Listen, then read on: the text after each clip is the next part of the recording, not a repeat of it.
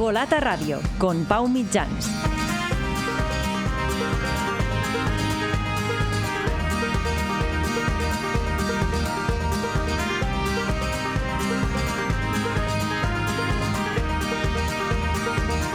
Hola, ¿qué tal? Bienvenidos a Volata Radio, tu podcast de cultura ciclista. Un podcast con el apoyo de Bicycle, la plataforma líder de bicicletas de segunda mano. Más información en bicycle.com.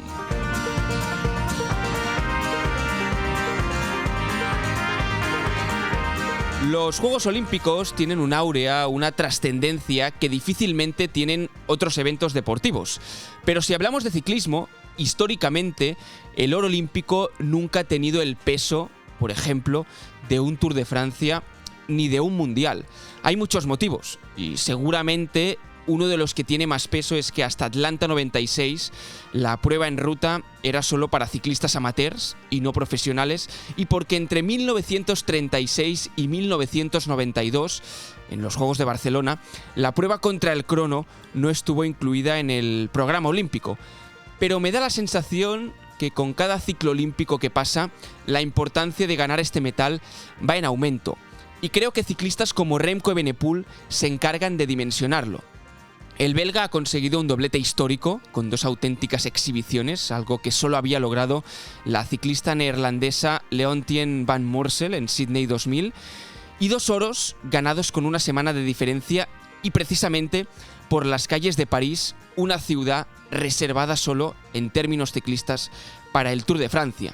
De nuevo, la importancia del contexto y del escenario. Pues bien, en este capítulo hablaremos de las exhibiciones, por supuesto, de Remco Evenepoel, pero también de las sorpresas en las pruebas femeninas, con los oros de Kristen Faulkner, la estadounidense que se aficionó al ciclismo en Central Park y que no tenía que competir en esta disciplina, y de Grace Brown, la australiana que se retirará a finales de temporada. También haremos un poco de previa del Tour femenino. En la combinada, muy atentos, porque hablaremos de Badlands, de la prueba de ultradistancia de referencia en Europa, y lo haremos con su director, David Rodríguez, que nos va a detallar y nos va a avanzar algunos de los últimos detalles de esta quinta edición que se va a celebrar el 1 de septiembre. Muy atentos para todos los que os guste la ultradistancia, el bikepacking, el gravel, porque David nos explica cosas muy interesantes de Badlands. Y acabaremos, como siempre, con la pregunta que es la siguiente: ¿con qué doblete os quedáis? ¿Con el Giro y Tour de Pogačar, con Flandes y Roubaix de Van der Poel y con el oro en ruta y en crono de Evenepoel en París? Una de estas tres, es decir, tenéis que elegir, os lo dejaremos en las preguntas, en la encuesta, y ya podéis ir contestando, y obviamente al final del programa también vamos a leer algunos de los comentarios que nos dejasteis sobre la última pregunta relacionada con la temporada de Pogačar, así que si queréis comentar, en el próximo episodio también vamos a leer los comentarios que vayáis dejando. Ahora entramos en materia, pero antes, tres cosas muy rápidas. Si le podéis dar al like y al me gusta del programa y del capítulo, en función de la plataforma donde nos escuchéis, pues una cosa u otra, os lo agradeceremos mucho. Seguirnos en redes sociales, @ccvolata, en Instagram y en X, y recordad que tenéis dos códigos de descuento. Por una parte, VolRadio 15 para suscribiros a la revista y recibir un 15% de descuento. Y si quieres vender tu bici en Bicycle con el código exclusivo VOLATA, te vas a ahorrar la comisión del vendedor. Ahora sí, empezamos y saludamos a Olga Ábalos y a Isaac Vilalta.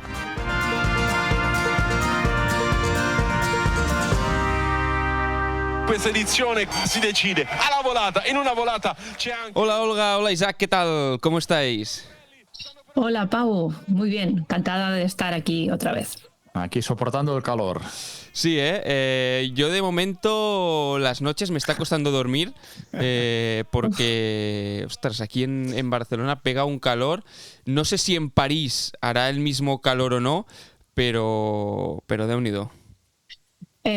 Sí, bueno, yo estoy igual, y como tampoco, bueno, digamos que el parque de edificios en Barcelona deja bastante que desear, tanto en verano como en invierno. O sea, en verano te asas de calor Sí. Y en invierno te mueres de frío, es así. Esta es Bienvenidos a Barcelona.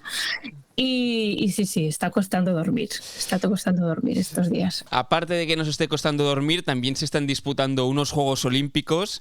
Ya se han disputado las pruebas en ruta y contra el crono. Ya tenemos a 3 campeones, porque en el caso del masculino pues fue Remco Evenepoel tanto en la ruta como contra el crono. En el caso femenino, en la categoría femenina, Kristen Faulkner, la americana, ganó en la prueba en ruta, mientras que la australiana Grace Brown hizo lo propio contra el crono. Un primer titular de estos Juegos Olímpicos más centrados en el ciclismo, ¿con qué os quedaríais de lo que habéis visto hasta ahora antes de entrar a analizarlo? Venga. Bueno, es difícil, porque claro, a nivel...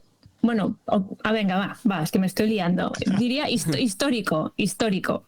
Porque yo por los 2 oros de Evenepoel. Uh-huh.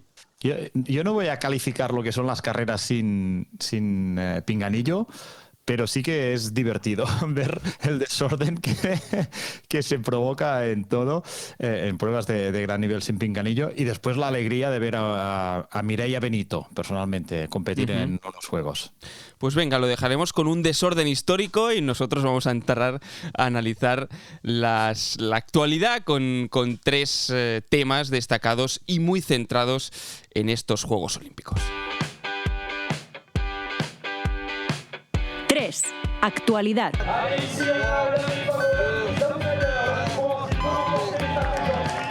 Y me va muy bien que hables de Mireia Benito, Isaac, porque fue la primera prueba que se disputó, esa contrarreloj femenina en París, 32,4 kilómetros, medalla de oro para Grace Brown, la australiana, que precisamente se va a retirar esta temporada. Cosas del ciclismo, una Grace Brown que también pudimos ver, por ejemplo, en la Volta a Cataluña y ganadora de la Lieja. También a Anna Henderson, la ciclista de Gran Bretaña, fue plata, y Chloe Digert, la estadounidense y una de las grandes favoritas, pues se colgó finalmente el bronce, una Mireia Benito que acabó en la posición número 22, una prueba pasada por agua, como también pasó con el masculino, con el cuadro masculino, en el que Remco Evenepoel ganó con 15 segundos de margen sobre Filippo Ganna y sobre Wout van Aert, que completó el podio. Si os parece, vamos a empezar hablando de esta crono, una crono muy marcada por la lluvia que se produjo en París ya hace unos 10 días, te diría. Y fue una crono que, al menos en categoría masculina, creo que no hubo muchas sorpresas. Sí que hubo más sorpresas en la prueba femenina, con la victoria de Grace Brown. Efectivamente, sí. En la prueba femenina hubo esta victoria de Grace Brown, y fue como una de estas victorias casi de justicia poética, ¿no? De una corredora veterana que en los últimos años pues no había encontrado el golpe de pedal. En la Vuelta a España femenina ya la vimos a un nivel muy grande, luego anunció la retirada, y justo con esta contrarreloj, con esta medalla olímpica, digamos que pone colofón, ¿no?, a toda su trayectoria. Yo, por lo que vi, fue un circuito urbano en gran mayoría, muy técnico, marcado por la lluvia, también por algunas polémicas previas, ¿no? Hubo algún comentario también de Remco Evenepoel los días antes, ¿no?, que había hecho el reconocimiento y decía que podía ser peligroso, ¿no? O había tramos un poco peligrosos. Y bueno, fue interesante también, porque en el ciclismo femenino no acostumbramos a ver demasiadas contrarrelojes, es cierto.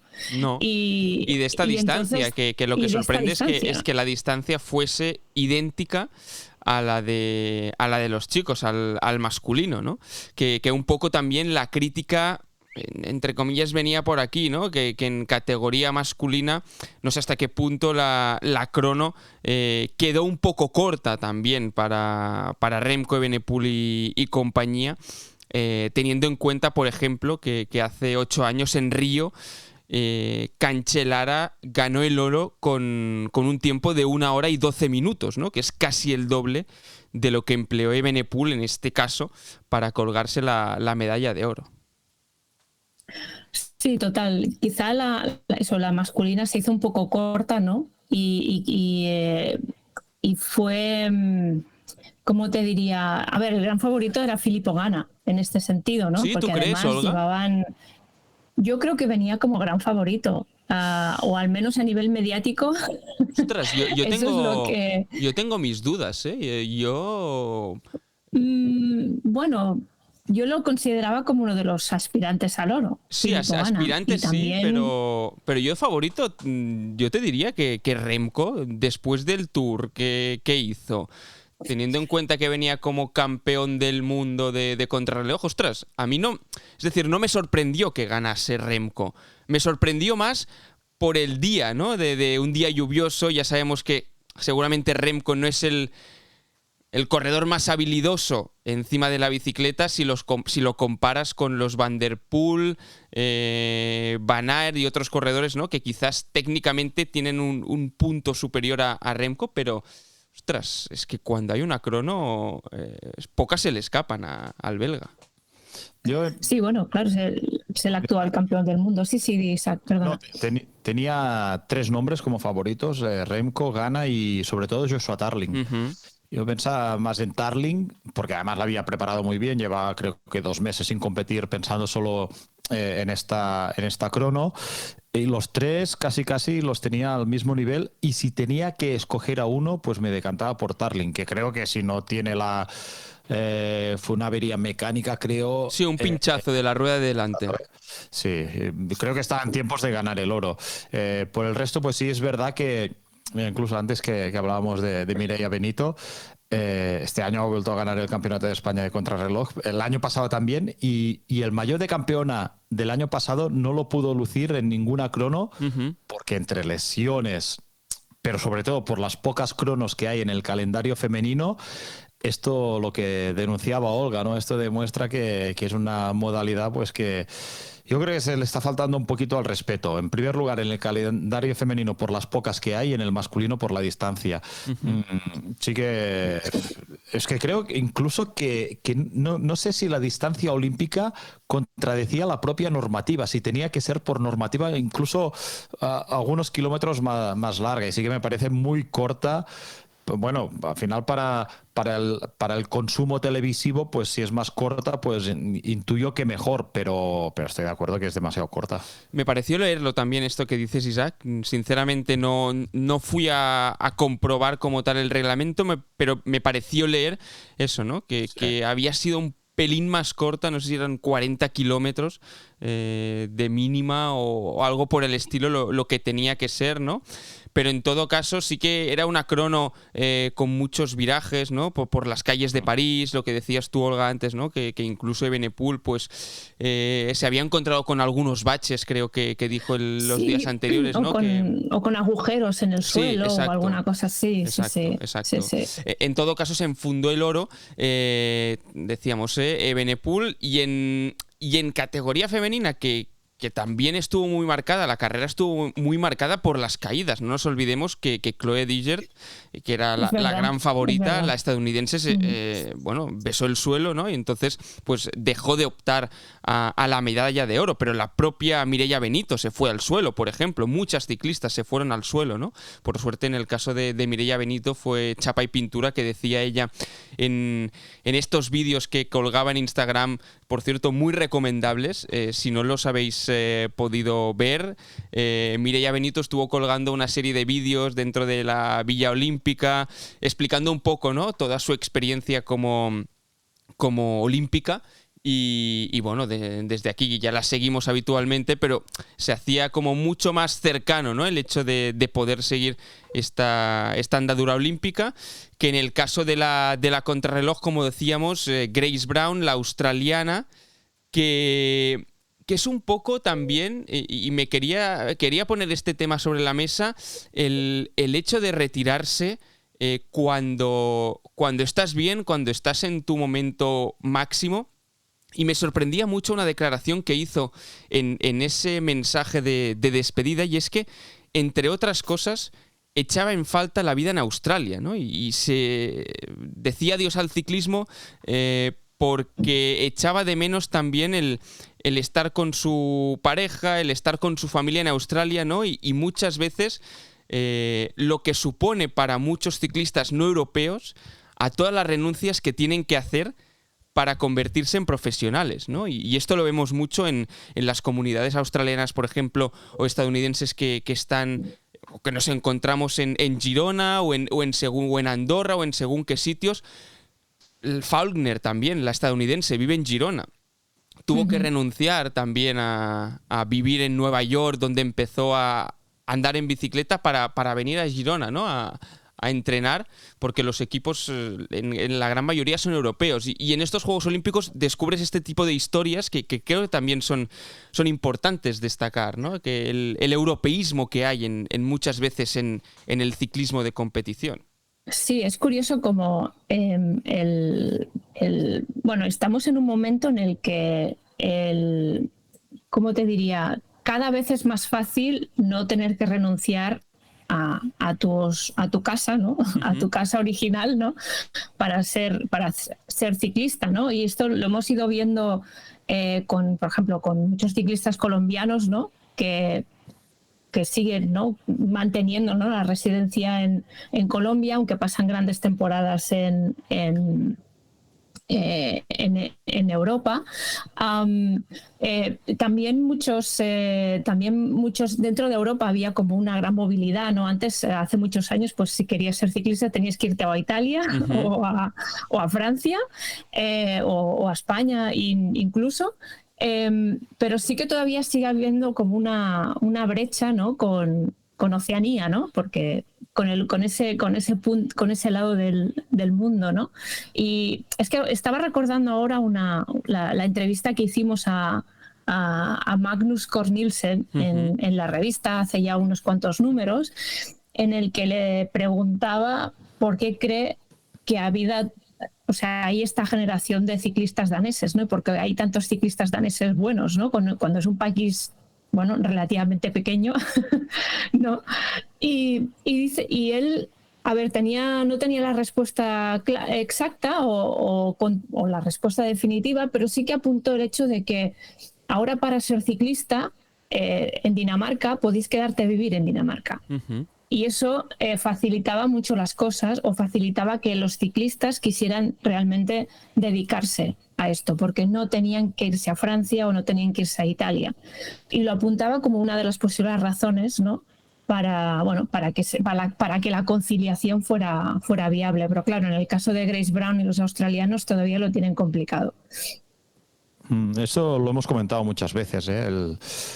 El problema, sobre todo cuando son jóvenes y vienen a Europa a competir por primera vez, que tienen que dejar de lado y muy lejos, pues todo el entorno, familia, amigos, parejas, vecinos, formas más culturales, ¿no? de vivir y afrontar el día a día, y cómo esto pues afecta a los ciclistas jóvenes. Me estaba acordando ahora. Claro, es un mal ejemplo porque después ha tenido ya otras derivadas mucho más graves, pero el caso de Rohan Dennis, me acuerdo cuando saltó a profesional, que estaba en el Garmin, desde el equipo me comentaron que esa primera temporada, no sé, tendría 22 años o algo así, que había llegado un chico al equipo que tenía muy buenas condiciones, pero que tenía serios problemas de adaptación, que estaba todo el día echando de menos a familia, amigos, que estaba todo el día llorando, que estaba todo el día apático, sin relacionarse, que estaba muy encerrado en sí mismo, ¿no? Que no sé si después ha derivado también en otras circunstancias que ha vivido o que ha sufrido Dennis o que ha hecho sufrir a los demás, ¿no? Pero es que es duro, es fuerte. Según qué personalidades es comprensible y ahora sí que generalizo, pues que noten toda esta distancia. Y después, en este sentido, mira, yo sí muchas veces criticamos de alguna forma la concentración de ciclistas que hay en Andorra, porque sabemos algunos de los motivos principales cuáles son, pero yo sí que defiendo que muchos ciclistas opten para irse a vivir a Andorra por el grupeto, por la compañía, por la comunidad que crean ahí, porque si tú eres ciclista profesional, con todo lo que esto implica a nivel de entrenamientos, de sacrificios, de dietas, de lo que sea, si estás solo en una gran ciudad es una cosa, aunque sea en Europa, o en un pueblo en Europa, pero si estás en un sitio como Andorra, con 80, 90, 100 ciclistas más, pues ahí sí que le veo un elemento para defender pues esta situación. Mira, esto precisamente nos lo comentaba Greg Minnaar en el último episodio, el especial Bicilab que hicimos. Greg Minnaar, el campeón del mundo de descenso, el sudafricano, que vive en Andorra, y precisamente nos comentaba esto en la entrevista, ¿no? El hecho de esta comunidad ciclista que tú puedes salir a entrenar pues con compañeros ya no solo del mismo nivel, sino de distintas nacionalidades que también están un poco como tú, ¿no? Y entonces generas esta comunidad, te creas esta propia familia, que es lo que al final acaba siendo necesario si estás a tantos kilómetros de distancia. Y para mí lo más difícil también es el hecho de arriesgarlo todo al ciclismo, ¿no? Porque es muy distinto venir con un contrato profesional, seguramente, de un equipo masculino, de un equipo reputado, que no con un contrato de según qué equipos femeninos, por las brechas que aún existen, ¿no? Y supongo que es mucho más difícil dar el paso siendo mujer que siendo hombre por las diferencias económicas que aún existen. Mira, es muy buen apunte este, es mucho, y seguramente en el ciclismo femenino el desgaste, en ese tipo de desgaste de la incertidumbre tiene que ser mucho más grande que el masculino. Y creo que eso, pues que es totalmente razonable, ¿no? Que Grace Brown pues también diga, bueno, quizá necesito pasar a la siguiente fase en mi vida, ¿no? Porque es que 32 años, ¿eh? Sí. Tampoco es muy veterana, ¿eh? No, pero quizá el desgaste personal, ¿no? Que ha tenido por todo lo que ha tenido que pasar, claro. Pues vete a saber, es que sí. Pues hemos hablado de Grace Brown, sí. Hemos hablado también, mejor dicho, un poco de Faulkner, que tiene esta historia que es lo que decíamos ahora. Me parece fascinante cómo una chica que creció en Alaska, que después estuvo compitiendo en remo en Harvard, después se mudó a Nueva York, estuvo trabajando en una empresa de capital de riesgo, empezó a andar en bicicleta así de forma, no sé si profesional, pero de forma rutinaria en Central Park, y ve que esto del ciclismo pues le engancha, que se le da bien, se muda a California. Y desde allí pues ya empieza su periplo, ¿no? en distintos equipos ciclistas. Ahora mismo está en el Education First. Y una de esas historias de los Juegos Olímpicos también porque Faulkner no tenía que participar en la prueba en ruta. Porque de hecho lo tenía que hacer una triatleta compañera suya, que al final no participó, ¿no? Taylor Knibb. Y unas semanas antes, al final esta triatleta dijo que no competiría en ruta. Faulkner pudo optar a la plaza. También iba la carrera un poco, ¿no? a la expectativa de ver si podía luchar por medalla o no, porque tenía que competir en pista 2 días después.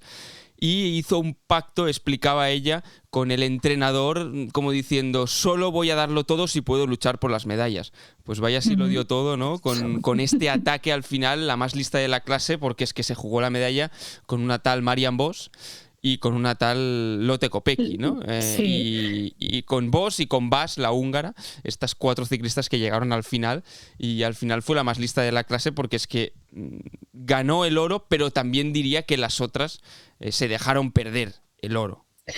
Bueno, es la típica situación, ¿no? Casi dentro de los 2 últimos kilómetros de meta se producen, hay 4 corredoras, 3 medallas, ¿no? Entonces hay que ir, o se va al sprint o alguien tiene que atacar, ¿no? Y entonces Follner hizo lo que luego lo explicó en alguna entrevista, su forma de atacar es ataca y no mires atrás directamente. ¿Y qué es lo que hizo?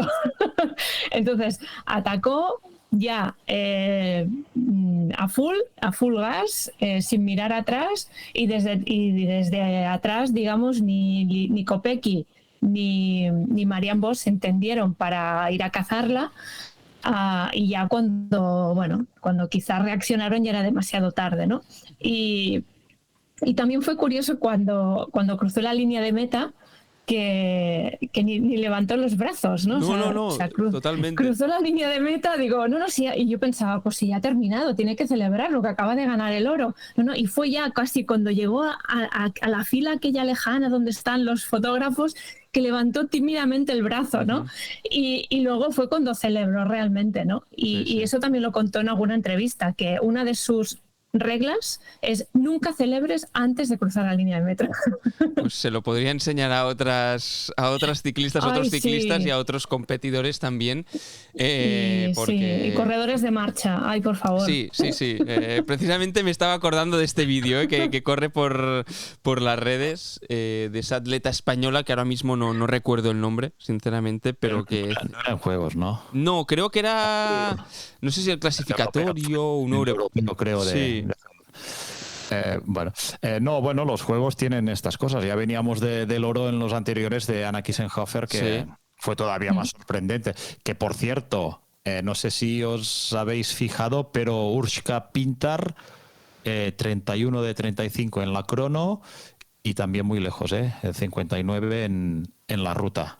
La representante de Eslovenia, porque leí estos días una entrevista de los compañeros de relevo al seleccionador esloveno, que vaya papelón tenía para justificar la no presencia de Urška Žigart y sí la de Pintar, y bueno, argumentó que por características de una corredora y de la otra, pues las medallas o el recorrido se adapta muchísimo más al de Pintar que no al de Žigart, a pesar de ser pues mejor corredora o con mejores números actualmente, y me estaba fijando en la clasificación y no le salió unos buenos juegos. No, destacar también el sexto puesto de Mavi García, un muy buen sexto puesto, una Mavi García que estuvo siempre en el grupo delantero, en parte gracias al trabajo también de Mireia Benito en la primera parte de la carrera, ¿no? Pues proponiendo en según qué partes, tirando del grupo. De hecho, la caída que provoca el corte, creo que era de 10 corredoras por delante, les pilla en un buen momento, porque justo un poquito antes creo que es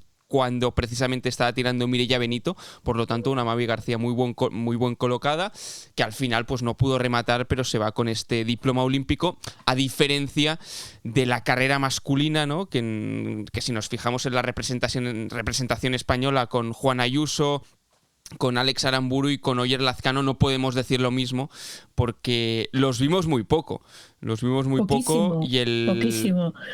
Y el que mejor representado quedó fue Alex Aramburu, que llegó en 18ª posición, ¿no? Entonces, sí que es cierto que la prueba masculina la decidió Remco Evenepoel, un Remco Evenepoel que la decidió...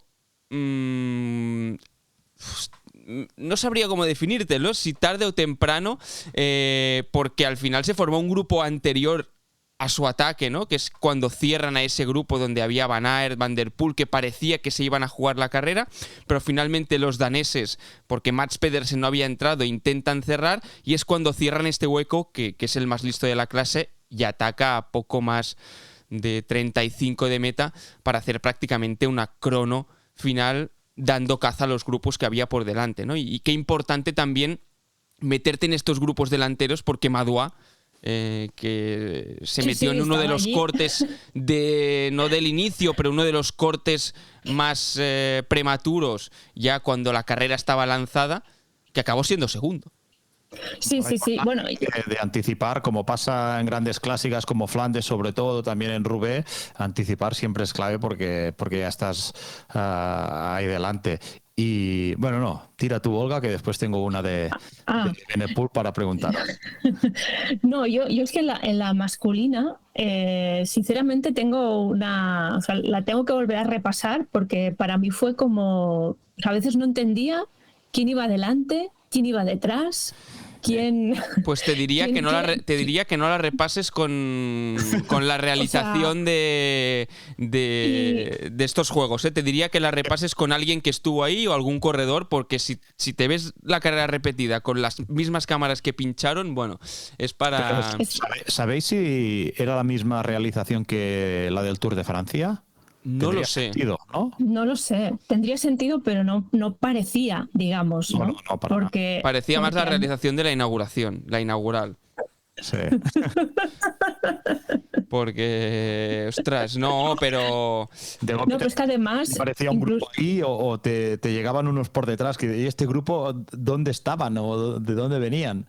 Claro, es como que a veces atacaba los dos ataques de Van der Poel, pensaba... ¿Dónde está Van der Poel, no? ¿En qué posición? ¿Es el tercer grupo perseguidor de la fuga del principio o no? O sea, entonces cuando atacó Remco tenía como un poco de confusión y yo pensaba, vale, ¿Remco para qué ataca? ¿Para ganar? ¿O le va a hacer de puente a Van Aert que atacara? Bueno, no sé, tenía... y luego resulta que Remco se fue y Van Aert lo que hizo fue bastante como secar, ¿no? Todo lo que podría venir por detrás, ¿no? de algunos ataques. De alguna forma jugaron muy en equipo, ¿no? Bélgica en ese sentido, igual que Jasper Stuyvens, que estuvo súper bien durante toda la carrera. Quiero pensar que la realización, perdona Isaac, fue por lo ratonero que era el circuito dentro de las calles de París. De hecho, he leído una entrevista, ostras, ahora no recuerdo a quién, a algún responsable del Tour de Francia, ¿no? Que le preguntaban si sería posible que el Tour pues pueda heredar alguna parte de este recorrido por Montmartre, por la subida, ¿no? En el Sagrado Corazón, que la estampa era preciosa, y decía que no por el hecho de que eran unos callejones muy estrechos, que con 90 corredores sí, que con 180 no, y por aquí es lo único que se me ocurre lo que explique la mala realización de la carrera, por el hecho de que las motos no se pudiesen mover tan libremente como pasa en una carrera con mucho más espacio, pero después están las clásicas, que son callejones parecidos. Entonces es lo que no acabo de entender. Yo le doy la vuelta. Creo que es más difícil a nivel de realización que sea un circuito en línea que no se repita el mismo trazado que en un circuito final que al final de que era de 16 kilómetros o por ahí, ¿no? El circuito final que ya sabes por dónde te va a pasar. Claro que no es un estadio o un pabellón cerrado, pero sí que, bueno, pues más o menos tienes controlado y es unas distancias más cortas que no sé si son 250 kilómetros en línea. No sé. Sí que era algunos pasos estrechos, pero lo veo más problemático en el sentido de meter llegan al final del Tour 140, 150 ciclistas que no los 90 que había. Pero bueno, estamos de acuerdo en que lo de Remco es una brutalidad, ¿no? Estamos de acuerdo. Sí. No, es una brutalidad. Sí. Si somos de memoria corta, que parece que sea el ciclista del año Remco cuando Pogačar viene a ganar Giro y Tour. ¿O no? Sí, no, sí. Yo estoy de acuerdo. De hecho, la pregunta, Isaac, que decíamos al inicio, va un poco en este sentido, de con qué doblete os quedáis. Ya os la haré después, pero es que va de doblete en doblete la temporada. Giro Tour de Pogačar, Flandes y Roubaix de Van der Poel, el doblete, los oros de París de Evenepoel. Es que van de 2 en 2. A ver, lo de histórico de Remco es porque nadie había ganado una medalla de oro en la prueba contrarreloj y la prueba en ruta, ¿no? Nadie en categoría masculina. Nadie en categoría masculina, sí, porque, cierto. Porque en la femenina sí que teníamos a la neerlandesa Leontien van Moorsel en Sydney 2000. Es verdad, sí. Pero en categoría masculina no, en categoría masculina no. Pero entonces, como... Sí. Pero también No, digo, claro, de doblete, o sea, el que va a ganar el Mundial va a ganar la Vuelta también, para completar la temporada de los dobletes. Otro gran doblete ya no nos queda esta temporada, ¿no? No, sería triplete, ¿no? Sería... Bueno, no, claro, sí. Van der Poel o Pogačar o... Sí, claro. Sí, bueno, sí, es el Mundial, ¿no? Porque a priori ni Evenepoel, ni Van der Poel, ni Pogačar van a correr la Vuelta. Y tiene mucha pinta que uno de estos tres va a ganar el Mundial. Van Aert No va a ganar la Vuelta. Van Aert va a hacer la Vuelta, Van ¿no? Aert hace la Vuelta, sí, está pues confirmado. Mira, ya tenemos el siguiente doblete. Van Aert la Vuelta Mundial. Clarísimo. Yo firmo. ¿Dónde hay que firmar ahora mismo? Sí, por firmarte firmado donde sea, porque yo tenía unas ganas de que Van Aert ganase el oro, alguno de los 2 oros, pero me da a mí que veremos antes un triplete que un doblete. Roglic va a hacer Mundial y Vuelta. Estaba en el aire por la caída del Tour. Esta semana vi que había colgado una foto volviendo a entrenar. No sé si está confirmado para la Vuelta aún. Creo que no. Por buscar un corredor que sea capaz de ganar Mundial y Vuelta y que no sea, o sea, para otro doblete, que no sea un triplete con los de antes. Es que te diría que es el único. Roglic, sí. Es el único que veo factible, pero este año sinceramente no lo veo. Ya. Pero bueno, en todo caso sí que Evenepoel y un poco con lo que comentabas antes, Isaac, me pareció fascinante el momento a 4 de meta, que al no tener pinganillos, al no tener... se puso de los nervios y no sé si visteis también la prueba de mountain bike con Pidcock, que Pidcock sufre un pinchazo y me fui a ver las 2 imágenes, me las puse en el ordenador en paralelo, de la parsimonia con la que Pidcock afronta el pinchazo. Sí que es cierto que esa creo que era 4 o 5 vueltas del final, tenía mucho más margen, ¿no? Pero Pidcock con un temple, con una calma, bebe agua, esperan a que le cambien la rueda, y Evenepoel era todo furia de necesito la bicicleta. Entiendo las 2 situaciones, pero me pareció la comparativa muy chula de hacerla, porque son reacciones totalmente distintas a 180 pulsaciones. Sí. También es cierto que Pidcock estaba bastante... Entiendo que como compite más en mountain bike, tiene que estar bastante más acostumbrado a este tipo de circunstancias, ¿no? Y de no correr con pinganillo en mountain bike. Con lo cual, sí. ¿no? Y en cambio Evenepoel, pues no sé, a lo mejor hace años que no corría sin pinganillo. Con lo cual no sé, fue interesante también ver cómo los corredores lo afrontaban, ¿no? Eso. Claro, son carreras que reabren el debate, de si el pinganillo sí o no. Bueno. Sí, es un gran debate, es un gran debate y tengo mis dudas. Tengo mis dudas por el hecho de... A mí lo único que no me gusta de no correr con pinganillo es que, por ejemplo, Laporte no sepa o no se dé cuenta de que está luchando por un tercer puesto en el bronce. Que no sé si es culpa del pinganillo, de no estar lo suficientemente atento, pero me dio la sensación que ese grupo que luchaban por el bronce no sabían que estaban luchando por una medalla. Bueno, y hace 3 años Van Vleuten Exacto. que era el oro. Exacto. Sí, que a nivel de historias me parecen sí. fascinantes. Es decir, el relato que puedes crear aquí es bueno, me parecen muy buenas. Es la única duda que tengo, ¿no? Si al no estar acostumbrados que pasen estas circunstancias de carrera en pleno siglo XXI, bueno, en 2024, mejor dicho, me parece sorprendente. Sí, pero también, no sé, también creo que está bien que se cambien las reglas del juego, al menos durante una carrera, porque esto obliga a los corredores a gestionarse de otra manera. Y también, no sé, yo prefiero que los Juegos Olímpicos se mantengan sin pinganillo. A mí me gusta, sí. A mí me gusta que haya el debate, porque así estamos discutiendo sobre si sí, sobre si no. y es que no tengo respuesta. Y al final, pues, yo qué sé. Como decís, nos da cosas buenas que haya carreras así y otras que no. Y bueno, pues el aliciente, ¿no?, de esperar carreras como los juegos en que estamos sin pinganillo. Y ahora estaba haciendo algo de tiempo porque ¿puedo hacer algo de spoiler? Venga. Para un futuro número de Volata con una entrevista a Daniel Oss. Sí. De hecho, he visto alguna foto, Isaac, de esta entrevista. Espera, que lo tengo por aquí.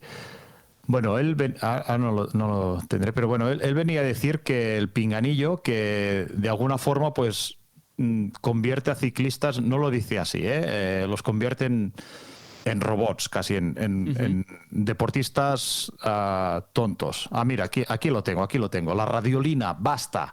Fuera con las radios. Porque si tú no sabes interpretar un mapa con tu libro de ruta, no eres un buen ciclista. Después añade, estoy exagerando un poco, pero es así. Si no sientes el viento y no sabes que ahí viene una curva, pues la radio del equipo te lo soluciona. Pero claro, todo el mundo sabe que viene una curva de derechas, que pica el viento por ahí, y esto convierte el ciclismo al final en solo una cuestión de fuerza, de ponerte delante. Y con esto pues ya no necesitas ir a la escuela de ciclismo. Bueno, entiendo que él lo lleva también al extremo y que está caricaturizando un poco la situación con el pinganillo, pero es un poco esto. Al final estamos creando ciclistas que no saben interpretar. Igual no era el caso con Laporte, seguro, porque era una carrera loca con muchos grupitos, pero si tú no sabes interpretar cuánta gente tienes por delante, cuándo los coges, insisto que es un caso complejo y difícil el de Laporte, pero en otras situaciones más fáciles, más sencillas, pues al final, si te lo cuentan todo, te lo dicen todo por la radio, es que te conviertes en alguien que solo da pedales, ¿no? Y es una cuestión de casi de fuerza, sin saber interpretar un poco la vida. Buena reflexión esta que comentabas de Daniel Oss, y que la podréis leer, la podréis leer próximamente en Volata, y sí que es cierto, ¿no?, que en este caso los ciclistas pues quizá dejan de pensar tanto, ¿no?, y están más centrados en cuántos vatios tienen que mover más que en circunstancias de carrera. Y pongo otro elemento sobre la mesa, y desde el puro desconocimiento, ya lo anticipo, no sé si el hecho de que haya algo más de caídas también es por el hecho de estar centrado solo en dar pedales y a no estar atento a otros elementos de la carretera. O sea, me venía la reflexión a la mente cuando decías esto, ¿no, Isaac? De no saber cuándo te entra el viento, no saber cuándo te viene una curva, porque te lo tienen todo dicho. Bueno, ya te digo, no tengo ni la más menor idea si alguien que nos está escuchando lo ha experimentado porque ha sido ciclista profesional, por ejemplo, que nos lo diga, ¿no?, también. Pues sí. Sí, bueno, sí, total. Es esto, es lo que alimenta el debate. Pero bueno, que pongamos sobre la mesa argumentos, pues yo creo que lo enriquece y nos hace entender que yo creo que el debate no tiene ni un sí ni un no categórico por respuesta. Pues hemos hablado de los Juegos Olímpicos. Vamos a comentar muy rápido, antes de entrar en la combinada, que hay alguien que ya nos está esperando también, a quien vamos a sumar al podcast, que es a David Rodríguez de Badlands. Seguro que muchos de vosotros pues también tenéis ganas de escucharlo y de ver qué nos cuenta de esta nueva edición de Badlands. Pero antes, dos temas muy rápidos, y lo rematamos con dos titulares, con dos apuntes. Es el retorno de Sepp Kuss y de Jay Vine a la competición, por motivos distintos. Sepp Kuss se perdió el Tour de Francia por COVID, ¿no? Uno de los grandes gregarios de Vingegaard pues no pudo estar en la gran cita de la temporada, y contrasta totalmente con el año pasado, que hizo Giro, Tour y Vuelta. Este año solo va a ir a la Vuelta, y vemos si a defender o no el maillot de campeón. Ya ha dicho que se lo va a tomar con más calma. Y después Jay Vine, que seguramente es el ciclista que más sufrió esa caída en la Itzulia. Realmente las fotos, las imágenes con más de una vértebra fracturada, pues eran impactantes, ¿no? Con ese collarín en la UCI. Pues celebramos, ¿no?, que ha vuelto a la competición en esta Vuelta a Burgos, esta competición post-Tour de Francia. También vamos a tener la Clásica de San Sebastián, la primera prueba World Tour después del Tour de Francia. Dos competiciones que, por casualidades de la vida o no, son las que seguramente pusieron en el punto de mira a Remco Evenepoel, ¿no? Fueron dos de las primeras competiciones que el belga ganó aquí en España y que lo dio a conocer desde muy joven. ¿Algo a apuntar sobre estas recuperaciones de Bine y de Kuss, Olga, Isaac?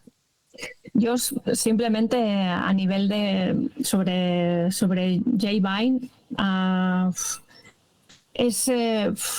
bueno, es que a veces no sé ni cómo explicarlo, ¿no? Porque es un corredor que ha tenido muchísimas caídas a lo largo de su no tan larga trayectoria, ¿eh? O sea, tampoco hace tantos años que es profesional. Y la verdad es que me alegró muchísimo que se haya recuperado y haya vuelto al ciclismo de competición. Supongo que es como, no sé, me cuesta mucho ponerme en su piel porque nunca he tenido un accidente tan grave, pero volver a sentirse competitivo, volver a sentirse ciclista, tiene que ser... Bueno, no sé, tiene que ser muy fuerte. De hecho, en el Tour de Francia ya lo vimos en las primeras etapas, incluso, ¿no? Con Vingegaard y con Van Aert, ¿no? Que incluso se mostraban como muy emocionados, casi, ¿no? Como al borde de la lágrima, incluso, de sentirse como de sentir que habían vuelto, ¿no? De que todo el trabajo de recuperación de los últimos meses pues había valido para algo, ¿no? Había valido para eso, para volver a ser ciclista profesional. No sé, a veces a mí Jay Vine me preocupa un poco, en el sentido de que siempre tiene muchas caídas. También es un corredor que viene de una escuela ciclista distinta, ¿no? Recordemos que es un corredor que vino de la Swift Academy y que fue reclutado por sus buenos resultados en el ciclismo indoor. Y a lo mejor algo tiene que ver con eso, ¿no? Quizá la caída de Litzulia tiene que ser como aparte, ¿no? Pero alguna de las otras caídas que he tenido quizá ha sido porque todavía no tiene la habilidad necesaria sobre la bicicleta. Pero bueno, sea como sea, bienvenidos. Yo solo dos cosas rápidas. Sepp Kuss de partida creo que tiene la obligación de ir a defender y luchar por ganar esta vuelta. Después veremos cómo está y él será consciente de sus límites donde están, pero para empezar tiene que luchar para defender el trono.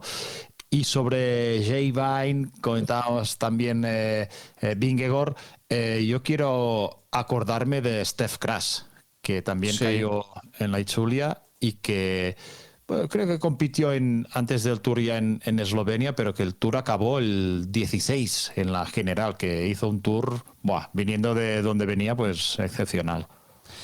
Y el último tema que queríamos tocar, y lo acabaremos con un titular, y la semana que viene, porque la semana que viene vamos a tener podcast, vamos a hacer un especial de la Vuelta a España, pero va a ser un especial, haremos un 2+1, porque estaremos en pleno Tour de Francia femenino y por lo tanto también vamos a tocar el Tour de Francia femenino. Creíamos que en este capítulo pues centrarlo todo en los Juegos Olímpicos, aún estando en calendario olímpico, tenía sentido. Pero antes de acabar, un titular de este Tour de Francia femenino que empieza el próximo lunes, algo a destacar, algo a tener en cuenta, porque ya lo vamos a comentar la semana que viene, pero para que aquellos que estén pensando en las primeras etapas, algo que tengan a tener en cuenta, o alguna ciclista a fijarse, o algún detalle que no se pueda pasar por alto. Olga, yo tengo el mío, en la recámara, pero si queréis podéis disparar vosotros primero. Seré muy obvia quizá, pero yo creo que todas las miradas estarán en Demi Vollering nuevamente, a ver si puede volver, ¿no?, a ganar su segundo Tour de Francia seguido. Y también a nivel de etapas, obviamente la subida final, la última etapa, Alpe d'Huez. O sea, yo creo que puede ser una etapa clave para la resolución del Tour, así como el año pasado lo fue en el Tourmalet. Sí.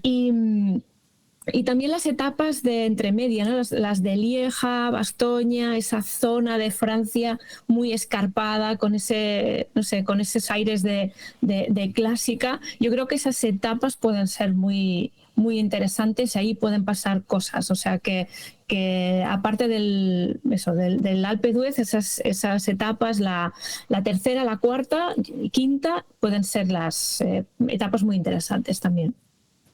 Yo estoy también con Vollering, a ver si gana y cómo gana, sobre todo, teniendo en cuenta su futuro, las respuestas colectivas de los otros equipos. Bueno, ella que ha tenido una temporada así en que ha dominado donde tenía que dominar, pero no donde en otros terrenos. Bueno, a ver cómo compite. Pues yo me voy a quedar con el doble sector que han introducido en este Tour de Francia femenino, algo que no veíamos desde hace mucho tiempo. De hecho, se lo leía a Álvaro Rubio en Volata. Si no habéis tenido la oportunidad de leer, es un buen artículo a leer, este recorrido del Tour de Francia 2024, en la web de Volata lo tenéis. Y el hecho, ¿no?, de que hace mucho tiempo que no veíamos un doble sector en el Tour de Francia, desde 1991. Es decir, por primera vez en el siglo XXI vamos a ver un doble sector en el Tour de Francia con una primera parte de la etapa por la mañana y con una segunda etapa en forma de crono por la tarde. No sé, me parece que es algo distinto, que es algo novedoso, que está bien, ¿no?, que el Tour pruebe este tipo de cosas y recupere cosas que en su día ya funcionaron, seguramente. Me recordaba, cuando lo vi, me recordó la escalada Montjuïc, ¿no? Sí.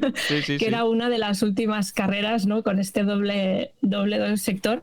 Sí, puede estar bien. Puede ser interesante también ver cómo las ciclistas se adaptan a este formato que tiene parece como vintage, ¿no?, este formato. También hay que decir una cosa que no hemos dicho, que es que Volata vamos a estar en el Tour de Francia femenino, ¿eh? Pues esto hay que decirlo, Olga, esto hay que decirlo. Hay que decirlo. O sea que como el año pasado estaremos cubriendo la carrera. No es que vayamos a estar, sino que no hemos dejado de estar. Efectivamente, sí, porque también... Sí, que hemos estado en el Tour y también vamos a estar en el Tour femenino. Estaremos haciendo cobertura especial en los sitios de referencia y, de hecho, habéis escuchado ahora una especie de zumbido aquí en el Meet. Estamos grabando por Meet, como hacemos habitualmente, y habréis escuchado un zumbido. Ahora le vamos a dar paso, porque es David Rodríguez. Ya os explicamos las interioridades del podcast. Ahora le vamos a dar paso, pero antes nosotros pasaremos a la combinada. 2. Combinada. This is legendary, Jonas. This is legendary. Come on, last 400 meters, everything until the line. Y venga, entramos en territorio combinada. Antes, recordad que este podcast, Volata Radio, es posible gracias al apoyo, entre otros, de Bicycle, la plataforma líder de bicicletas de segunda mano. Recordad que tenéis más información en bicycle.com y que si queréis vender vuestra bicicleta en Bicycle, si usáis el código exclusivo Volata, si escribís Volata en mayúsculas, os vais a ahorrar la comisión del vendedor. Ahora sí, este sonido tan característico para dar paso a un invitado muy especial al podcast, a David Rodríguez. Ya lo tuvimos por aquí hace, diría, unos años, más que unos meses, en Volata Radio. David Rodríguez, director, fundador de Badlands. No sé cómo presentarte. Es un placer volverte a tener aquí en Volata Radio. Como un amigo de Volata, yo creo. Como un amigo de Volata. Tengo que decir, David, que el podcast que hicimos es uno de los más escuchados. Es uno de los más escuchados de Volata Radio, ese podcast especial, pues larga distancia. Es uno de los... Con Tomás y Ernesto, ¿verdad? Exacto, con Tomás y Ernesto de Kronborg y de Montañas Vacías. No sé qué tiene la larga distancia, la ultradistancia, que genera tantos adeptos, tantos oyentes. Y decíamos, tenemos que hablar de Badlands. Hablar de Badlands es hablar de David Rodríguez, obviamente. Y hablar de Badlands es hablar de una carrera que, si no me corriges, este año va a ser la cuarta edición. La quinta edición de Badlands. Pasa el tiempo muy rápido. Y será el 1 de septiembre y está ya prácticamente todo preparado, ¿no? Para que esa Bueno, zona ojalá. de... Bueno. No, aún no. No, a ver, en teoría sí. Yo creo que es que eso va un poco. Bueno, tengo que corregir una cosilla, si me lo permito, y es que hablar de Badlands no es hablar de David, hay mucha gente detrás. Sí, sobre todo, no. Bueno, a Zahara, lo entiendo. Pero bueno, que tenía que decirlo. No, totalmente. Badlands es mucho más, pero como en cualquier evento, en cualquier proyecto, al final, pues Al final, hay mucha gente hay que poner detrás. una cara y Exacto, está claro. Exacto. Sí, no, es lo que te comentaba, que ojalá me gustaría que estuviera todo listo, pero al final, pues ya sabes cómo va esto. No, también es verdad una cosa, y lo comentamos siempre, que cuando todo está listo, se nos ocurre una cosa nueva, entonces volvemos a estar agobiados. Entonces yo creo que es mejor que no esté todo listo porque volvemos a liarla. Este año, por ejemplo, vamos a potenciar un poco una parte del proyecto importante que hicimos el año pasado, que fue los días previos. O sea, como los primeros años vimos que venía mucha gente, al final viene gente de lejos, pues intenta conocer la zona y verlo de otra forma, ¿no? Y vienen muchos días previos a conocer la zona de Granada. Pues hemos intentado crear esa comunidad, agruparla, y los días previos pues hacemos actividades, salidas sociales, damos comer, beber, vamos a hacer unas charlas también, un poco crear ese ambiente tan chulo. Olga, no sé si tienes alguna pregunta para David. Yo tengo unas cuantas. Ahora vamos a lanzar, pero vamos a hacer que esto fluya. Y Isaac, tú también tienes alguna, ¿eh? Hola, Isaac. Yo quería preguntarle a David si hay alguna novedad así destacable con respecto al recorrido que se pueda desvelar a estas alturas. Sí, mira, hay bastantes novedades sobre el recorrido. Yo creo que van a ser unos 200 kilómetros nuevos sobre un recorrido de 800, o sea que es bastante yo creo. A ver, al final, o sea, no tenemos una intención previa de, venga, cambiar el recorrido de año en año. O sea, yo qué sé, podría ser el mismo, pero ¿qué pasa? Que de un año a otro pues van viendo zonas que a lo mejor han funcionado mejor, otras un poquito menos, y sobre todo vas a repasar unas zonas, pero has visto otras que quieres investigar. Y es que aquel sitio, ¿no? Hablamos de Almería, Granada, es tan alucinante que es que ves un sitio nuevo y dices, hostia, cómo mola, tengo que meterlo. Y pasa a menudo, o sea, cada vez que voy descubro una zona que quiero meter. Entonces este año vamos a meter algo que para mí era una asignatura pendiente, que es Belefique. Y cuando digo Belefique hablo de, porque antes bajábamos un poquito antes de Calar Alto, digamos. No sé si conocéis la zona, supongo que el puerto un poco, sí, ¿no? Vale. Sí, pues el puerto sí. Seguro. Pues Belefique tiene, digamos, varias partes. El puerto de Belefique, que lo que hacemos es bajarlo, ¿vale? Luego toda la cuerda de la Sierra de los Filabres, que para mí es el mejor gravel que hay en la zona de Andalucía Oriental. Entonces la vamos a alargar un poquito más, bajamos el puerto de la Sierra de los Filabres, de Belefique, y llegamos al pueblo de Belefique, que el pueblo también es chulísimo y además la gente se ha volcado, es algo que luego comentaremos, ¿no? Pero que en la primera edición en los pueblos cuesta un poquito, ¿no? Que la gente entienda el concepto, se involucre, pero bueno, el alcalde es muy aficionado al ciclismo y hemos hablado con un par de bares allí y están muy contentos. Entonces esa es una de las principales novedades, la zona de Belefique. Luego vamos a incluir más del campo de tabernas, que es un paisaje muy chulo. No es desierto, pero no sé, evoca una sensación un poco de estar aislado y desconectado, que es muy chulo, con unas vistas muy amplias hacia la zona del desierto. Vamos a ampliar también la parte de Cabo de Gata, yéndonos a la zona de Carboneras, por ahí. Y luego una zona súper especial. Yo a lo mejor todo esto suena chino si no habéis estado allí o la gente que no lo conozca, pero yo invito a que todo el mundo vaya a la zona de Albolodui, en las Alpujarras. Estamos tomando nota, David. Luego lo buscaremos en Google Maps, todo esto. Pues hay una zona que se llama la Rambla de los Yesos, que es espectacular. O sea, si vais allí decís, pero ¿dónde estoy? ¿Esto es España? O sea, alucino. Y está muy bien. De hecho, las últimas sesiones de shootings con sponsors y esos hemos ido allí y es flipante. Sí. Y David, ¿cómo encontráis estas ubicaciones, estos paisajes? Porque claro, sobre mapa todo parece muy fácil, o muy difícil.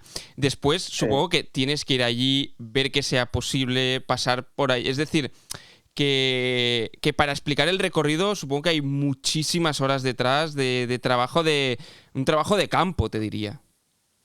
Sí, no, desde luego. Es complicado entender el trabajo que hay, digamos, para diseñar una ruta de 800 kilómetros si no lo has vivido. De hecho, ya digo, es algo que está en continua mejora o bueno, en dinámica, ¿no? En evolución, desde el principio. Claro, yo cuando voy con la bici y no me hago el recorrido entero, sino que he localizado una zona previamente investigando referencias en diversas plataformas, en fotos que pueda haber en Google, por ejemplo, sobre todo en Komoot trabajamos, y me intento hacer como bucles por la zona. Entonces a lo mejor me voy un fin de semana, me cojo unos días, lo que sea, y pongo allí el campo base y voy haciendo bucle. Claro, al final tienes que componer todo, ¿no? De decir, pues me cojo esta parte, de aquí me cojo esta otra y esta otra. Y luego tienes que hacer un poco de zoom out y ver si funciona esto que estás poniendo. Dices, joder, es que llevo no sé cuántos kilómetros y no hay ni un pueblo. O, ostras, hemos pasado por varias zonas un poquito técnicas, a lo mejor toca descansar. Por ejemplo, la parte de Belefique también he emperado un poquito eso. O sea, hemos valorado el hecho de que el puerto de Belefique se baje después de 100 kilómetros de gravel, en el que agradeces el hecho de que haya 15 kilómetros de puerto en el que bajas, además con esas curvas tan chulas, ¿no? No te harta, o sea, no está diciendo, joder, qué pinta que está asfalto, todo lo contrario. O sea, más que diseñando, estáis componiendo, ¿eh? Parece que compongáis, no sé si un recorrido como el que compone una canción, ¿no? Una partitura enorme para que después suene bien, ¿eh? Pues es interesante, no lo había visto así, pero sobre todo porque además tiene, o cocinando, o componiendo, no lo sé, también hay muchos factores que de un año a otro vas viendo, ¿no?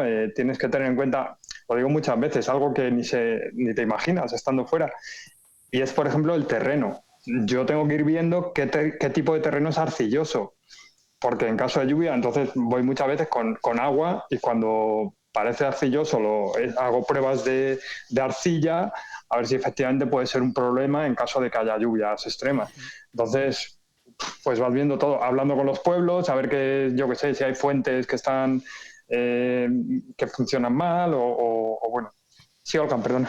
No, me estaba recordando el año pasado, ¿no? Que hubieron lluvias, ¿no? Y tuvisteis que variar parte del recorrido precisamente por eso, ¿no? Por el terreno.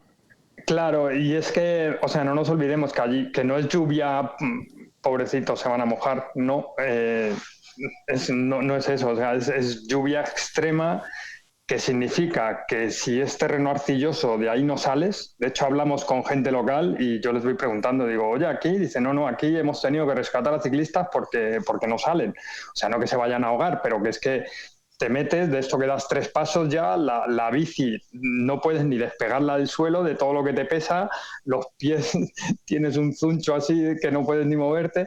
Entonces eso es lo que hay que evitar, por un lado. Y por otro también, en la zona de Almería, claro, hay lluvias torrenciales que se crean en nada, ¿no? Y esas son peligrosas, o sea, te pueden llevar por delante.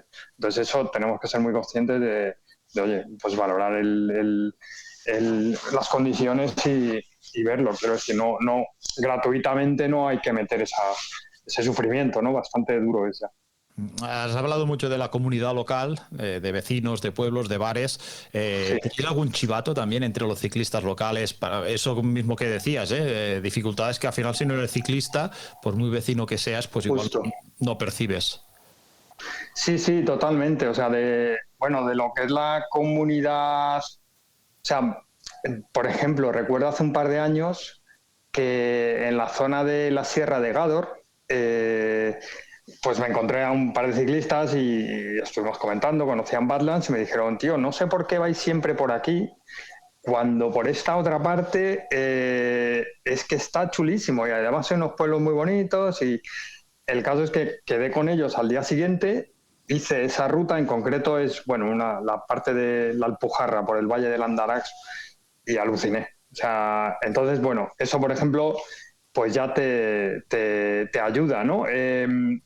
Como decíamos antes, fuentes de información de la ruta.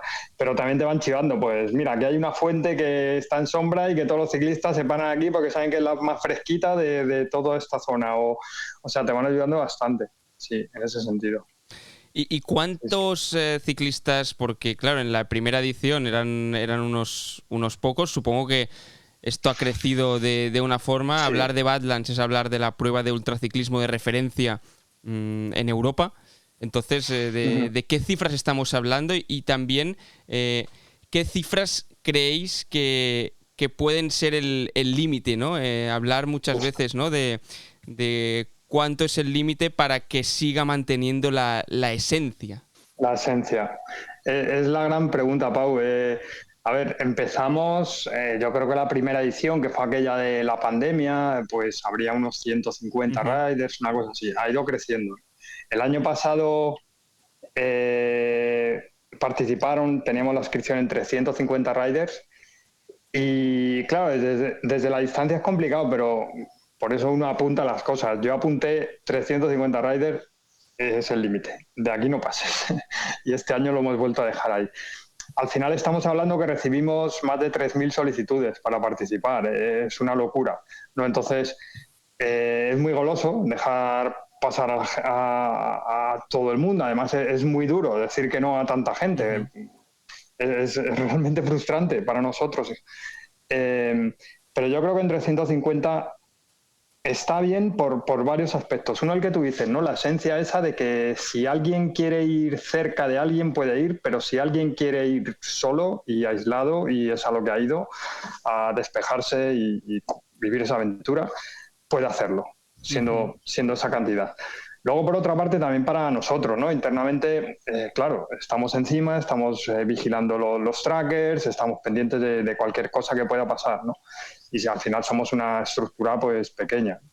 Pero sobre todo por no masificar caminos, pueblos. O sea, al final el límite real que tenemos es ese. O sea, no queremos llegar, que la gente llegue a un pueblo, que son pequeños bares, que no están acostumbrados a grandes masas de gente, y que se líe todo el mundo allí a pedir bocadillos, lo que sea. O sea, que sea otro espíritu, ¿no? Porque para nosotros... o sea, hay dos prioridades, uno son los riders y otro el territorio, o sea, la gente, ¿no? Los pueblos. Y es un poquito el límite donde nos movemos, en esos 350. Yo tengo, tienes que ayudarme, bueno, es para un amigo. A muchos Vale. nos gusta, nos atrapa esto, ¿no? De Badlands, pero el miedo de dar el paso a participar en cualquier prueba de estas características. Bueno, imagino que el miedo a lo desconocido pues siempre da... Para un amigo, Isaac. Sí, para un amigo. Se está preparando la bici ya, Isaac. A ver, no sé, a ver, hay mucha gente que viene aquí sin experiencia de larga distancia. De hecho, hay otros eventos. Has dicho el evento de referencia en Europa. Yo creo que en gravel sí, pero para mí el evento, bueno, para todo el mundo es la Transcontinental, ¿no? El evento de referencia de ultraciclismo. Mucha gente viene aquí, descubre el tópico de sobre ti mismo, sí, pero hablo a nivel terrenal. O sea, decir, ostras, es que he visto que por la noche yo le tenía mucho miedo y resulta que funcionó bien, que me pongo música, he descubierto, y que con esto tiro millas y con un poco de cafeína, no lo sé. O, joder, he visto que realmente el calor, bueno, es algo que ya tienes un poco de experiencia, pero a lo mejor no durante 24 horas o 48 horas merece la pena parar, o con una siestecita. O sea, yo creo que la mejor forma es probar, es verlo. Es que esto engancha, o sea, poquita gente se arrepiente, no digo se arrepiente, sino que deja de, cuando llega a meta dice, quiero más, o sea, o quiero volver, o voy a buscar otro evento más largo, pero necesito esto. O sea, como lo pruebes te enganchas. Pero incluso eso, con malas experiencias, de decir, joder, he aprendido mucho, ya sé lo que no tengo que hacer. El año que viene vuelvo. Entonces, yo te diría, también un tópico, ¿no? De lo mejor es probar. Y te vas a ver tú mismo como no es para tanto. O sea, esto no es para superhombres o supermujeres, esto está mitificado, lo puede hacer cualquiera, casi. Y vas a probar y yo creo que te va a gustar. Eso por un lado. Por otro, yo que soy de cultura randoner y breves, creo que es la plataforma ideal para ir probando, para ir introduciéndote en este mundillo. O sea, hay brevet de 200, hay brevet de 300, hay brevet de 400, en la que ya haces una noche. Entonces, yo invito a todo el mundo que empiece por ahí, que vaya haciendo brevets y va a ir aprendiendo. O sea, yo recuerdo la primera brevet que hice en 2013, que hice un 200, luego hice un 300 y no sé, me volví loco. Dije, he hecho 300 kilómetros, ¿no? Y pensaba ya que ese era el límite, que va, a la semana ya quieres hacer un 400, un 600, un 1000, un 1500. Entonces es ir viéndolo. O sea, el límite realmente está en la cabeza, no está en las patas. O sea, si las patas no dan más de sí, te paras y descansas. Luego sigues, comes y sigues. Ya está. ¿Qué es lo que vas a hacer? Si estás muy cansado, te vas a ir a casa, ¿no? Pues recuperas enseguida, vas a poder seguir. Entonces, bueno, eso. Veo, Isaac, que está saliendo por la habitación y está yendo a hacer la maleta, ya casi, Isaac. Se está poniendo el maillot ya. Le mando un mensaje. El amigo. Se llama Pau, por cierto, ¿eh? Vale, sí. Mira, yo tengo que decir que tuve mi primera experiencia así de ultradistancia no hace mucho, en el mes de mayo, en la Ema Cross Cataluña, que era cruzar Cataluña, de 400 kilómetros, y me recordaba mucho lo que decías tú ahora, David, el hecho de que es mucho más mental que físico. Es decir, yo creo que hay el componente físico que obviamente debes salir en bicicleta, Claro, es decir, claro. no puedes ir a hacer una prueba de estas si no montas en bicicleta habitualmente. Pero partiendo de esta base, si eres alguien que sale en bicicleta de forma habitual, dile una vez, 2, 3 o las que quieras por semana, es decir, que sabes. Sí, y después, para mí, el 80% es mental. Ostras, el mentalizarte, vale, que vas a estar todo el día encima de la bicicleta, ok, Sí. vale. Sí. Sobre todo ya digo, que se ha escrito mucho sobre eso, ¿no? Pero hay cositas que son indiscutibles. O sea, poca gente se retira por cansancio. O sea, es que no podría recordar ahora mismo a alguien que se retire por cansancio. Te suele retirar. De hecho, hay unas estadísticas muy interesantes de la París-Brest del 2011. Creo que era que el 50%, 40 y muchos, era por problemas de estómago, lo primero. Te deshidratas, no bebes mucho, luego comes, luego te sienta mal, o sea, mucho problema de estómago. O te tomas muchos geles altos en glucosa, no lo sé. Bueno, esto, perdona, David, que te corte, en el ultra trail pasa mucho. Es decir, en Claro. el trail la mayoría de los abandonos son por el estómago, no por un... Eso es. Sí, porque el...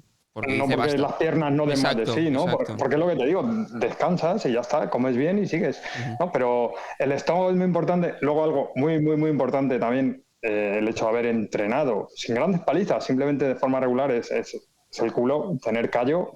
Eso también es un problema, sobre todo si llueve, donde la gente pues puede llegar a abandonar, digamos.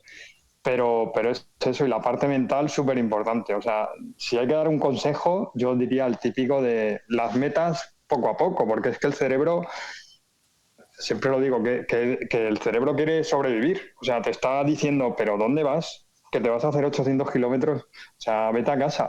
Tienes que pelear con eso todo el rato. Tú te haces 80 kilómetros que ya estás cansado, o sea, estás ya cansado, cargadito, y tu cerebro dice, es 10 veces esto.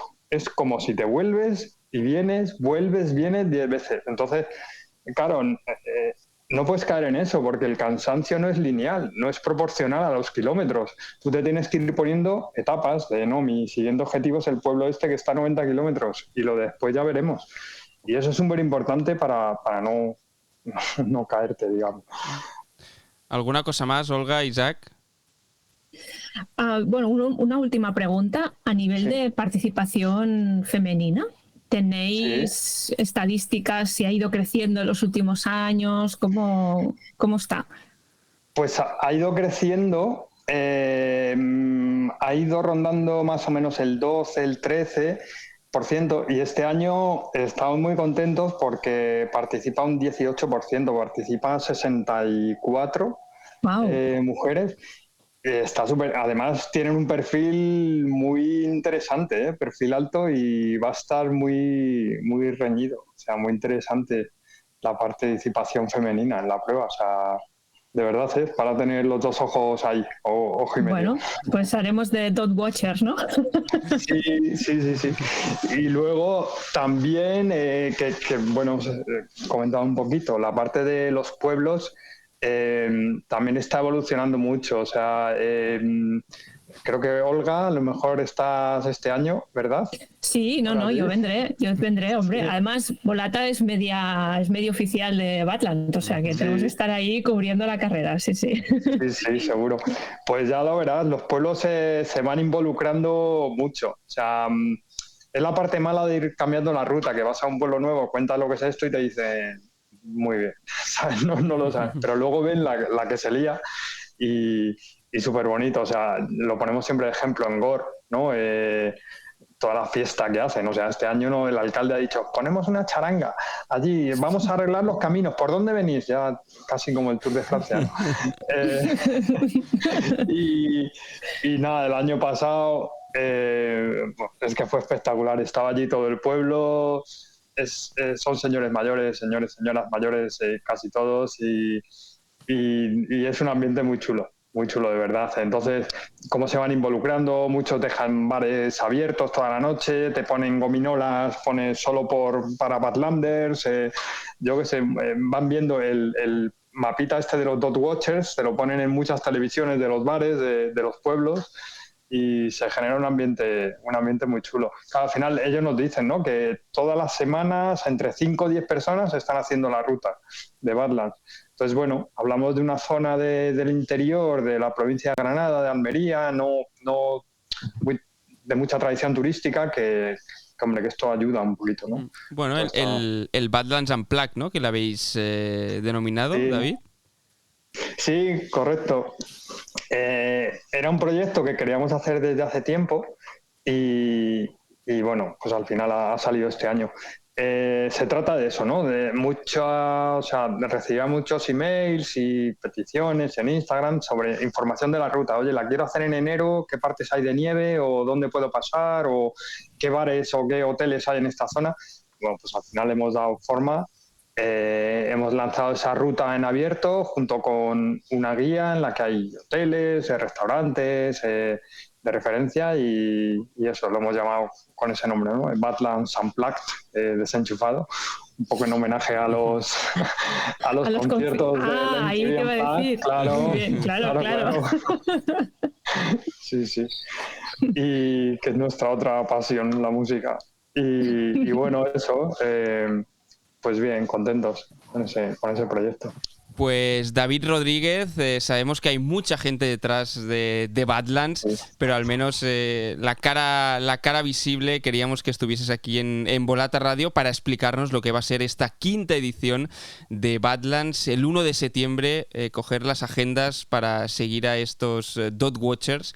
Esta forma también de seguir el ciclismo, ¿no? Que cada vez pues más aficionados al ciclismo estamos pillando la costumbre de no solo ver bicicletas, sino ver puntitos, cómo se ven en el mapa y también, bueno, aprender cosas en esto de la ultradistancia. Olga, ¿querías decir algo? No, iba a decir que antes que comentábamos la mala realización televisiva de la prueba en línea del Tour de los Juegos Olímpicos, pues mira, si hubiéramos tenido unos Dot Watchers ahí maravillosos, hubiéramos seguido mucho mejor lo que pasaba en el circuito de París. Pues no es un mal punto de una pantallita pequeña al lado de dónde está cada corredor, al menos para aquellos que seguimos de cerca el ciclismo, saber en qué punto se encuentran. Si desde aquí alguien de realización del Tour o de la Vuelta nos está escuchando, pues ahí que os lanzamos esta idea. David, ha sido un placer, muchísimas gracias y mucha suerte. Igualmente, muchísimas gracias por todo, a los tres. Perfecto. Bueno, venga, nos vemos. Hasta luego. Chao. Hasta luego. Chao. Y ya hemos escuchado a David Rodríguez, ya sabéis, todos los tips, todos los consejos, todo lo relacionado con Badlands, esta carrera que desde Volata tanto nos gusta y como decía un momento Olga, pues somos el medio oficial, qué mejor que hacer este repaso antes de este 1 de septiembre que se va a celebrar Badlands. Esta combinada ha sido un poco diferente, creíamos que tenía todo el sentido del mundo hablar con David y ahora ya nosotros vamos cerrando el podcast y pasamos, como siempre, a la pregunta final. 1. La pregunta. I'm gone. I'm dead.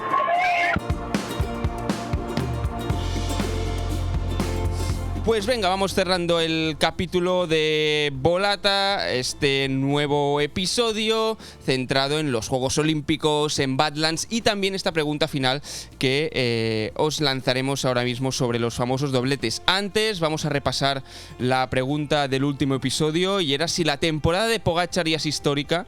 Hipotéticamente, ¿qué tendría más valor? Si Giro, Tour y Vuelta o si Giro, Tour y Mundial.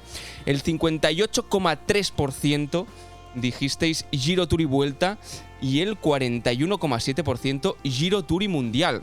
Uy, está muy reñido, sí, ¿no? Está muy reñido y también tenemos comentarios. Por ejemplo, Ferran dijo, mano a mano han luchado 3 tours. El primero y el segundo de Tadej fueron contra Roglic. El segundo de Jonas era gregario de Roglic, comentando un poco, ¿no?, esa rivalidad que hablábamos en el último episodio entre Tadej y Jonas. Gracias por el apunte, Ferran. También Pelut. Yo creo que Giro, Tour y Vuelta porque, como decíais, en categoría masculina no lo ha hecho nadie. Quedaría para la historia. Bueno, es una opinión más. Y otra opinión también de Ibai Ordax, en este caso en iVoox. Escucho unos cuantos podcasts sobre ciclismo, pero el vuestro tiene un aire diferente y no se basa siempre en lo mismo. Por cierto, Giro, Tour y Mundial. Pues nada, Ibai. Bueno, este es de los míos. Sí. Y gracias por el comentario también. Gracias por estas palabras y a todos vosotros, si vais comentando, vamos a leer por aquí vuestros comentarios y también deciros que dentro de poco vamos a sortear algo por aquí en Volata Radio entre los que estéis escuchando el podcast y sobre todo comentéis en estos capítulos. Lo dejamos por ahí, pero bueno, si habéis entrado en las redes sociales de Volata,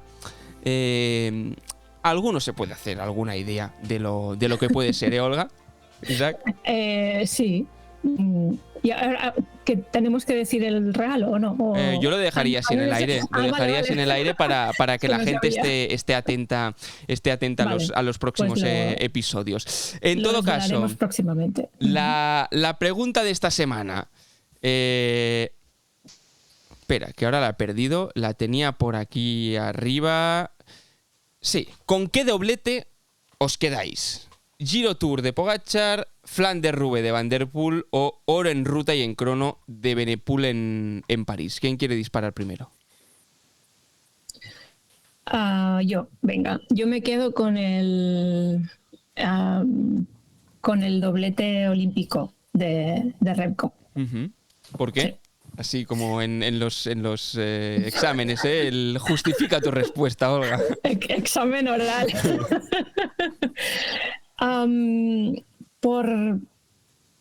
Quizá por la manera en la que ha ganado las dos pruebas y por cómo la forma de ganar conecta también con cómo terminó el Tour de Francia, Remco Evenepoel, ¿no?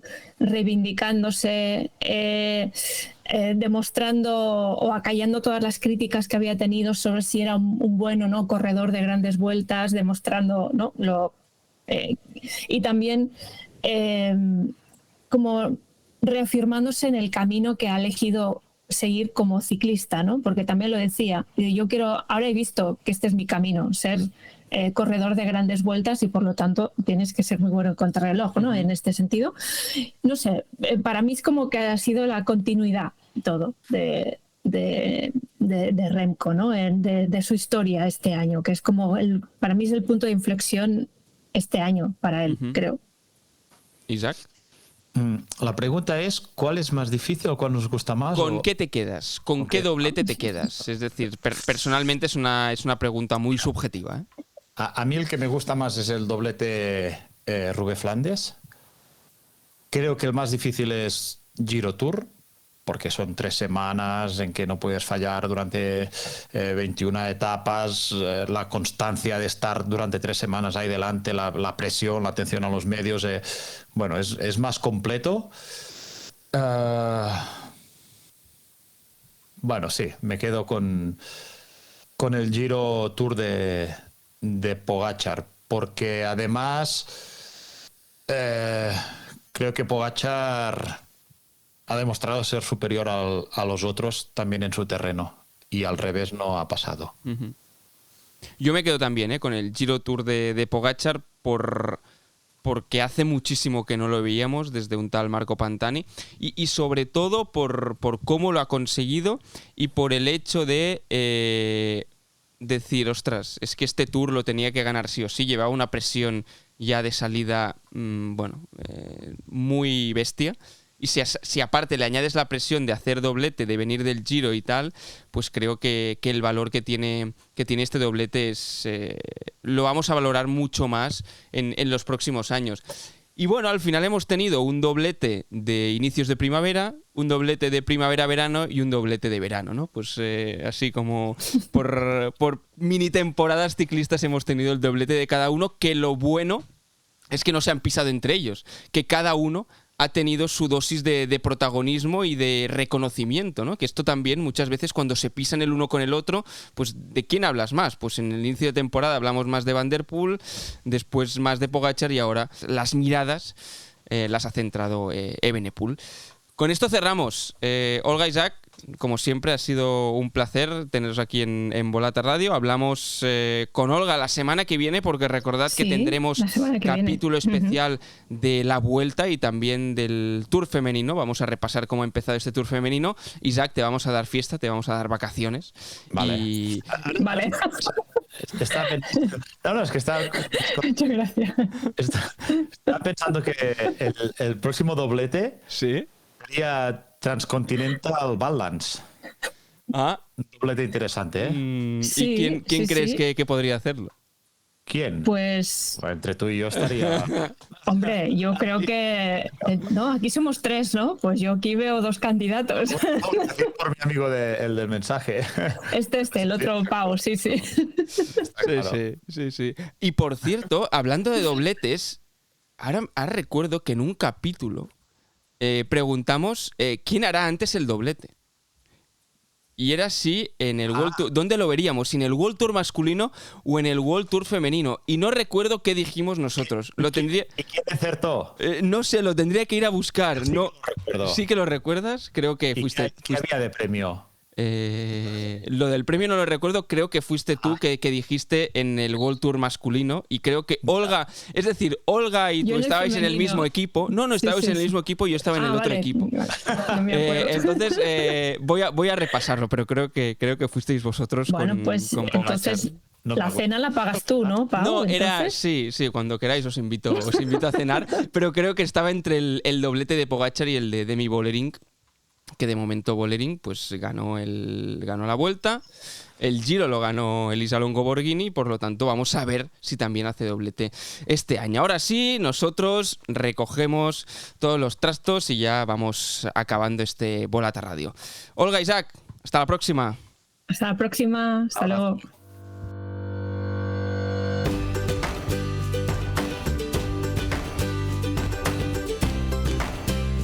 Volata Radio, tu podcast de cultura ciclista.